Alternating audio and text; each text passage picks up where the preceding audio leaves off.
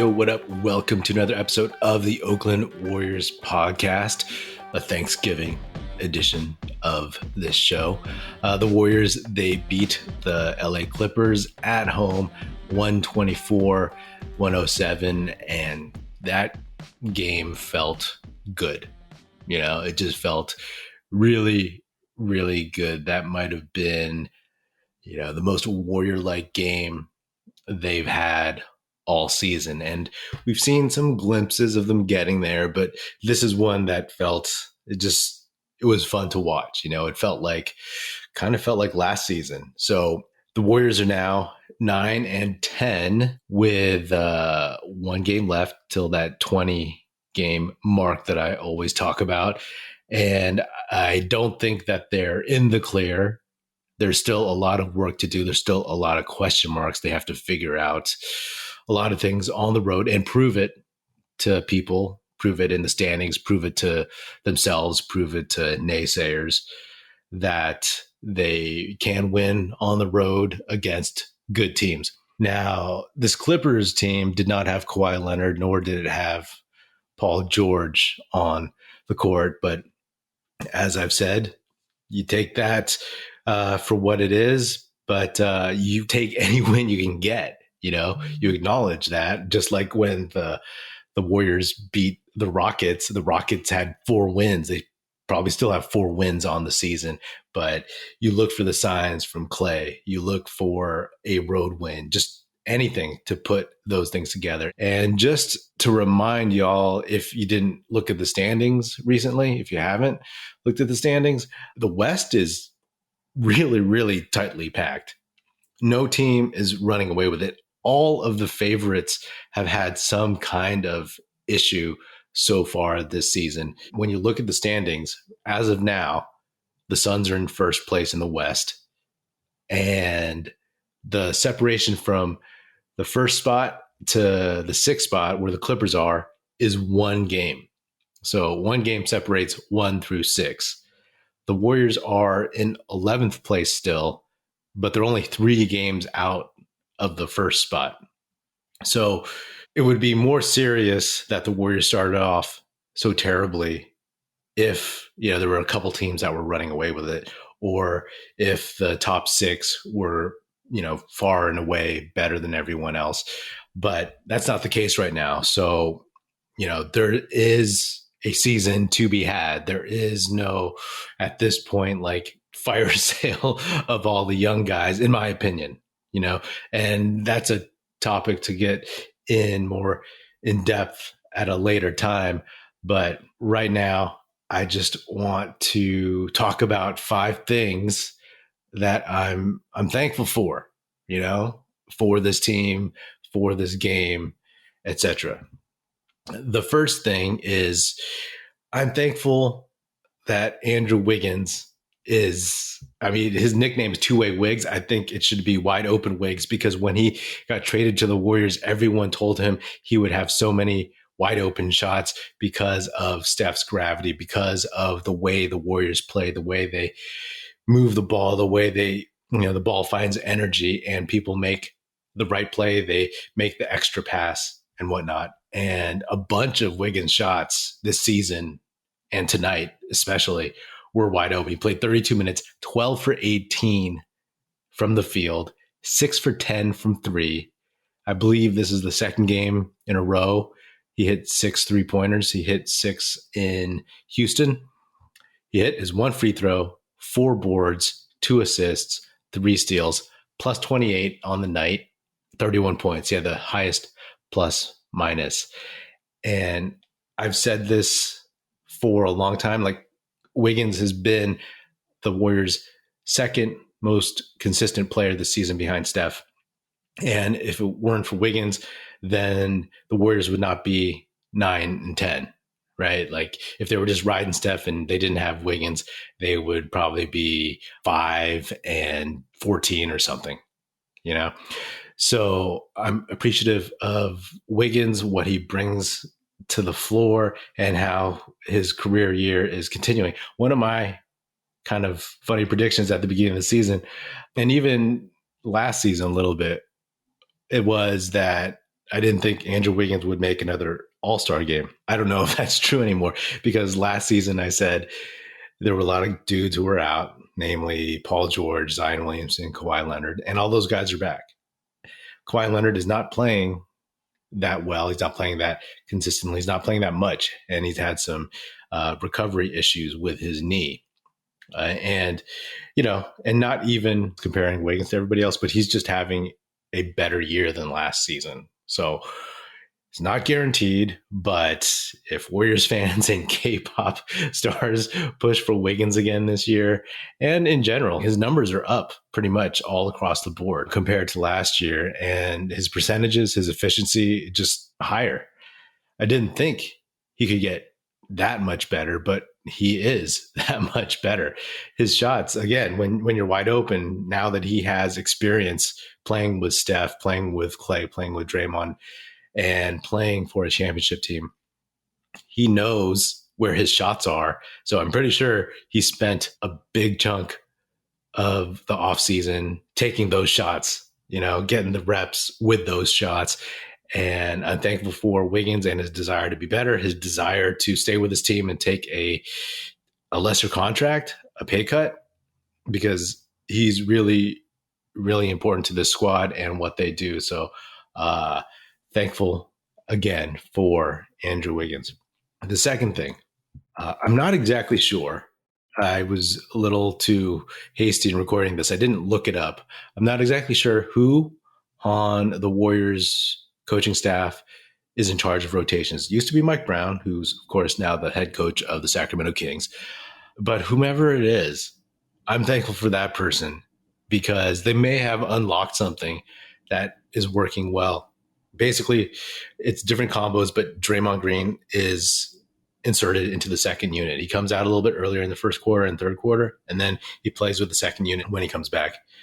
And it has this calming effect on that second unit, because you always at least have one of the adults, one of the basically like Steph or Draymond on the court at all times, it feels like, right? Having them for the majority of the game being on the court is huge, because they just know how to play, right? They settle the guys on the court.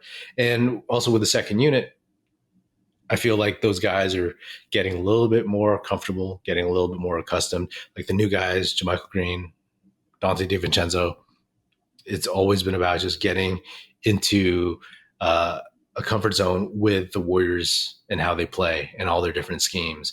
And I think it's starting to show, and that chemistry and that cohesion, it doesn't feel like just a bunch of random dudes who are sputtering on the second unit. With Draymond out there, it feels like someone is in control, that someone is leading that unit better than anyone had before. So we'll see if they stick with that, but it seems to be paying off pretty well. Draymond played 33 minutes, 4 for 4 from the field, hit his 1 3-pointer, 7 boards, 12 assists, 2 steals, 9 points, plus 21. I mean, that's nice. So thankful for whomever came up with that rotation tweak. The third thing is I'm thankful for Jonathan Kuminga. I know that he chucked up a bunch of threes, like maybe it was like 3 for 12 against the Pelicans when the vets and the starters rested for the most part. And in this game, though, I'm thankful that Jonathan Kuminga is starting to do some of the things that the Warriors need him to do, right? He's playing under control.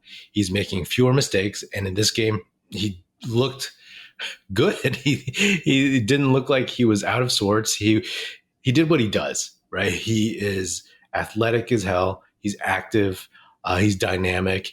And he brings an athleticism that no one else besides Andrew Wiggins really has on the team right now.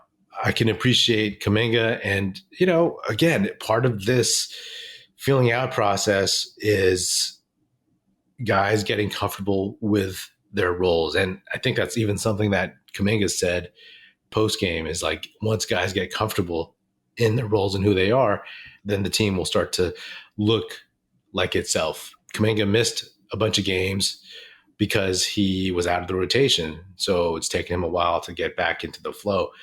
He was still a -7, but he did some positive things. 14 minutes, 3 of 7, 0 for 3 from 3, 4 boards, 2 assists, a steal, a block, 6 points. I'll take that, honestly. It's not flashy. It's not like Cade Cunningham, Scotty Barnes numbers, 2 dudes who were in his draft class as well. But that's what you need. You need him out there doing doing the dirty work, playing tough defense, being active, just making sure that his minutes, even though he was a minus overall, that he does positive things on the court.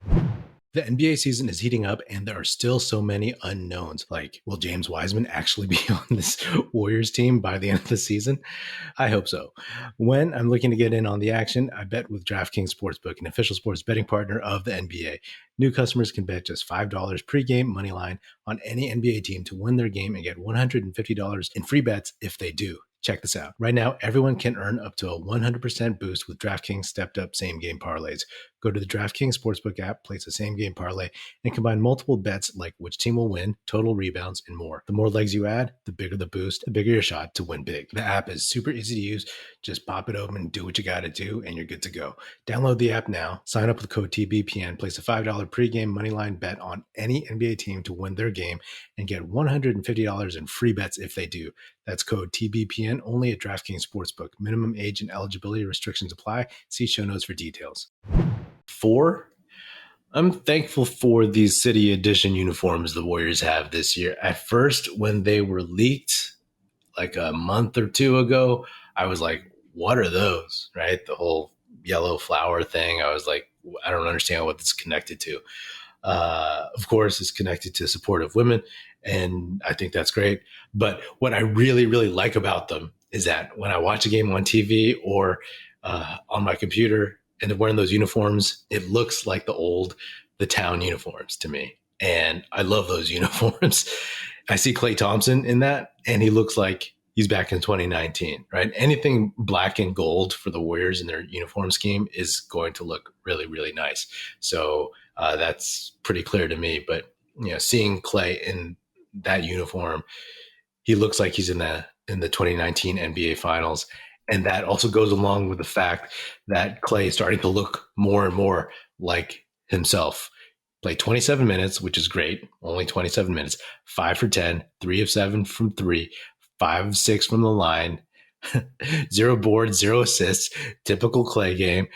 2 steals, 18 points, plus 11. Again, that's 3 games in a row for Klay where he has let the game come to him. And at a certain point, that concept of being in the flow and not forcing stuff, that's going to be the norm, like it had always been throughout his career before the injury. It's going to be less and less of something that you point out that, oh, Klay played within himself or Klay didn't take bad shots. All that kind of chatter is slowly but surely going to go away. So I can appreciate where he's at and just seeing him out there. He looks like old Klay. You know what I mean? Sure, he's lost a step. But in this one, I mean, that shot looked pure. The decisions, moving the ball, all that stuff. I mean, that's what they need to get to, And I feel like that Houston game especially really, really just boosted his confidence. It gave him that high watermark of where he's like, okay, I can get to this, and I am still this. So I am thankful for Klay looking more like himself, especially in those black and gold uniforms again. Lastly, Steph. I'm super thankful for Steph because I always talk about how, everything begins and ends with Steph. He carried this team all season long. His ability to sense what the team needs, what his guys need, get other guys involved to get them going instead of taking his shots early is the selflessness, right? We're never going to see another superstar like this in our lifetimes. I mean, maybe in some other sport, maybe in basketball, but the odds of someone like that coming to the Warriors again is really, really, really, really small, really bad odds. Steph played 32 minutes, 9 for 20 from the field, 4 for 10 from 3, 6 boards, 9 assists, 22 points only, plus 18. And that's totally fine. That's awesome. I always thought that a sign that the Warriors were starting to turn the corner would be when Steph wouldn't have to be the leading scorer in every single game, right? When you string, because like in past seasons, you'd look at the leading scorer and it would be somebody else. I'm looking at the high scorer for all the Warriors games. And for the first 9, it was Steph. The 10th was Poole. 11, 12, 13, Steph. 14, Poole. 15, Curry. 16, Curry. Then it's Klay, and then Poole, and then Wiggins. And 2 of those games with Poole were games where, the New Orleans games where Steph sat. So everything else has been Steph until recently. Small sample size. It's a handful of games that they started to look really, really, like a lot better. But it's a start. I think it's a great sign. It's a great sign that at least on paper they're starting to look a little bit more like themselves. And there's a bunch of other things I could mention, but I'll leave it at those things for now. I do want to say that I'm thankful for you all out there listening to this podcast or watching this podcast on YouTube. I've enjoyed the journey thus far. We're almost a quarter away there. If the Warriors, if they beat the Jazz on Friday, we're back at 500 and, we're good to go. At least things would be trending in the right direction. Again, a lot of question marks, a lot of things to work out, a lot of stuff with the young guys in terms of finding consistency, a lot of stuff to figure out in terms of especially James Wiseman. There's all the trade chatter that's getting tossed around, Pirtle, Miles Turner, whoever else is. I saw Bradley Beal. I thought we put that one to rest a long time ago. Bradley Beal for all the young guys. That was a Bleacher Report one. I think that's ridiculous because Bradley Beal is not what the Warriors need. But thank you for tuning in because you all make this whole podcast and the process of making it and responding to comments really, really worth it.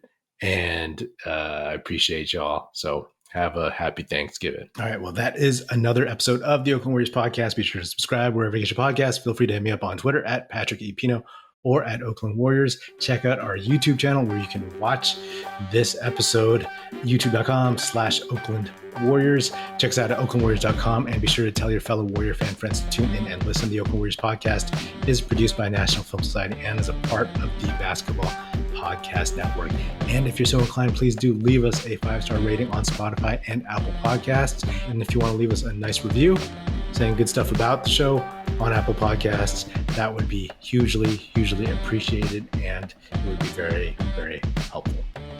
Thanks. That's it. Music in this episode provided by Paper Sun. Special thanks to Paul Amardo for production support. See you next time.